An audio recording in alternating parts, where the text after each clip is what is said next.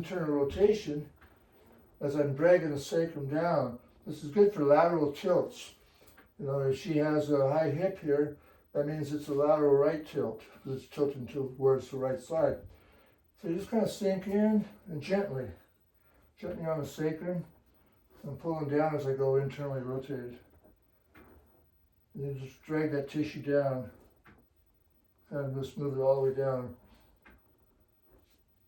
You're affecting the deeper muscles in there, the gemellus and the obturator muscles. You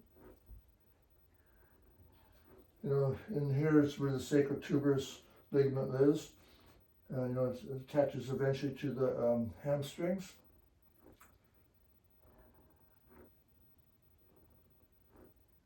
It gets tight in there, and then I place my forearm gently out right off the sacrum, and I'm just trying to drag I feel where the gluteus muscles are tight, and then I kind of move the arm down towards the feet to try to get all that tissue to stretch out a little bit, take some stiffness out of it.